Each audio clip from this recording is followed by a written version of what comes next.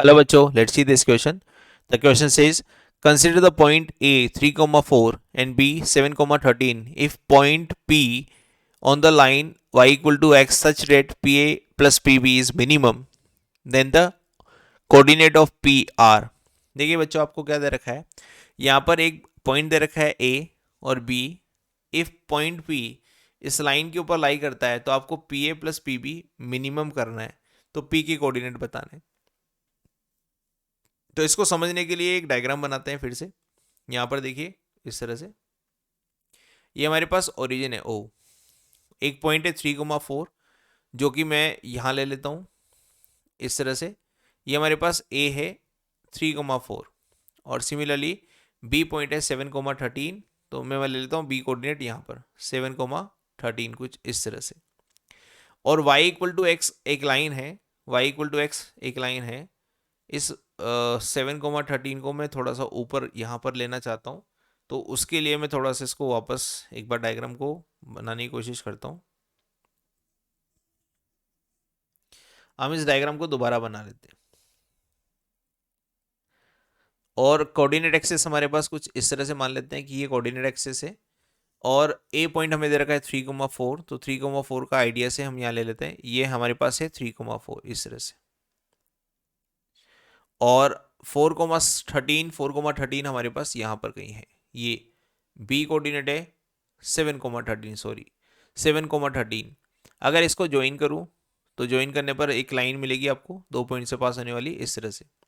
और एक लाइन है y equal to x. Y equal to x तो क्या होगा, कुछ इस तरह की लाइन होगी, ये इस तरह की y इक्वल टू एक्स. ये line y equal to x के ऊपर एक पॉइंट है P.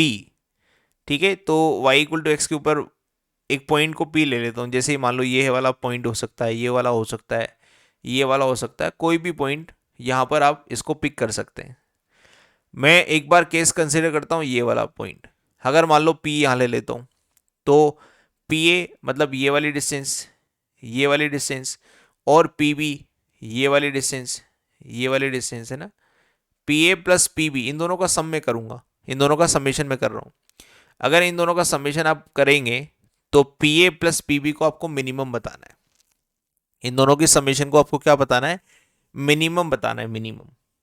तो अगर मैं मिनिमम वाले केस की बात कर रहा हूँ तो अगर मैं इस पॉइंट का रिफ्लेक्शन लेता हूँ, यहाँ पर रिफ्लेक्शन, तो रिफ्लेक्शन कहाँ आएगा, कुछ यहाँ पर आ जाएगा. मान लो ये आ गया रिफ्लेक्शन, और ये वाला पॉइंट और ये वाला पॉइंट और ये वाले पॉइंट को अगर मैं कनेक्ट करता हूँ, है ना, इसका रिफ्लेक्शन थोड़ा सा नीचे लेता हूँ तो सही डायग्राम बन जाएगा. तो यहाँ पर हमारे पास क्या आ जाएगा, ये डिस्टेंस निकालो, चाहे आप ये वाला डिस्टेंस निकालो. देखो किसी भी ट्राइंगल में ना, एक ट्राइंगल बनाता हूँ ये वाला, ये ट्राइंगल आपने बनाया, हमेशा एक ट्राइंगल ही तो बनेगा ये वाला.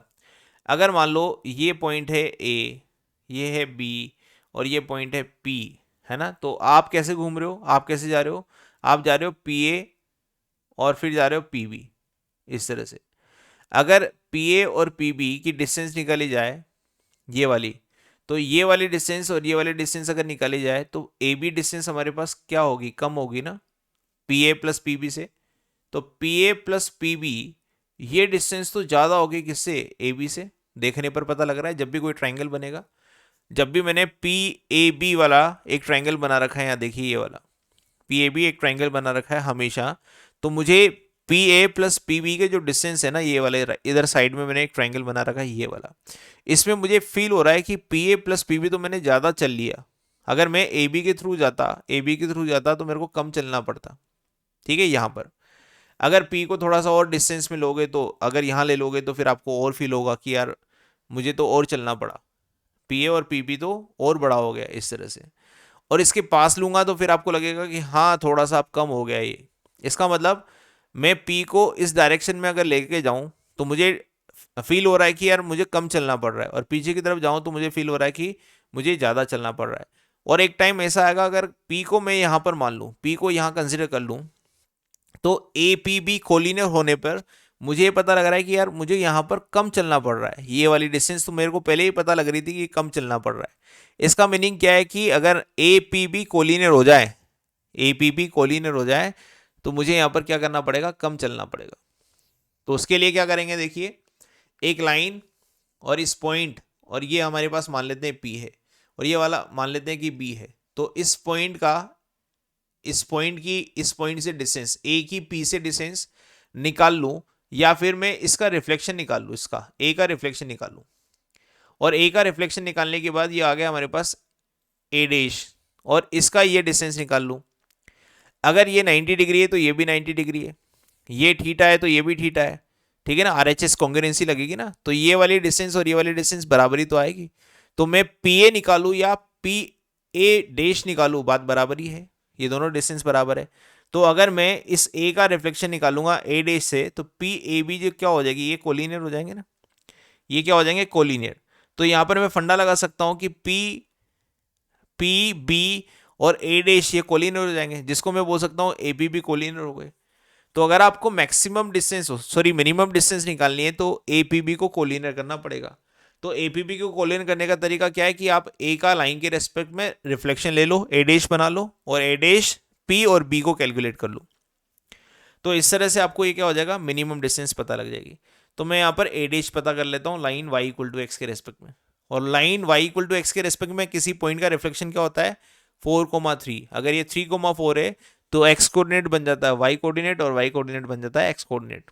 तो चलो मेरे पास A डैश भी आ गया, A डैश आ गया, B मुझे पता है, तो इक्वेशन ऑफ लाइन लिख लेते हैं, equation of line A dash B, और इसको सोल्व कर लेंगे y इक्वल टू एक्स के साथ, तो मुझे P पता लग जाएगा। पॉइंट ऑफ इंटरसेक्शन है ना P, y equal to x का और ये लाइन A डैश B का, तो दो पॉइंट से पास होने वाली line y minus y1 equal to y2 minus y1 upon x2 minus x1 और x माइनस x1 ऐसे दी जाती है। तो y माइनस y1 कितना है 3 और y2 कितना है 13/3 डिवाइडेड बाय 7 माइनस 4 और x minus x1 that is 4। इस तरह से हमारे पास लाइन आ गई। तो लाइन A डैश B को सोल्व करेंगे थोड़ा सा, तो यहाँ से मिलेगा आपको 3, ऊपर से मिलेगा आपको 10, इसको हम क्रॉस मल्टीप्लाई कर लेते हैं। तो 3y minus 9 equal to 10x minus का 40, तो 10x माइनस का 3y, 10x माइनस का 3y, और इसको अरेंज करेंगे, इधर लेके आएंगे तो हमारे पास 31 आ जाएगा equal to 31। This is our equation number 1। इसको सोल्व करना है equation number 2 y equal to x के साथ, y इक्वल टू एक्स के साथ इसको सोल्व करना है, इन दोनों को हम सोल्व कर रहे हैं। तो y इक्वल टू एक्स रख देते हैं इसमें, तो y इक्वल टू एक्स रखने पर 10x minus 3x equal to 31, solve करेंगे तो 7x इक्वल टू 31, तो x इक्वल टू कितना हो गया 31/7, ऐसा हमारे पास x कोऑर्डिनेट आ गया। नाउ y कोऑर्डिनेट निकालने के लिए y इक्वल टू एक्स इस सेकेंड इक्वेशन में रख देते हैं x की वैल्यू, तो x की वैल्यू क्या है 31/7, तो y की वैल्यू भी क्या आ गई 31/7। इसका मतलब वो पॉइंट P या पॉइंट ऑफ इंटरसेक्शन क्या होगा 31/7, 31/7। इस क्वेश्चन का हमारा फाइनल आंसर हो गया 31/7, 31/7, जो कि ऑप्शन नंबर C में है। तो C is a correct answer. इसका मतलब A और B, A डैश और B का जो पॉइंट होगा ना, ये वाला जो कोलिनियर होगा वो P होगा, P, और इसके कोऑर्डिनेट क्या होंगे 31/7, 31/7। तो इस क्वेश्चन का फाइनल आंसर है C। Hope you understand this, best of luck.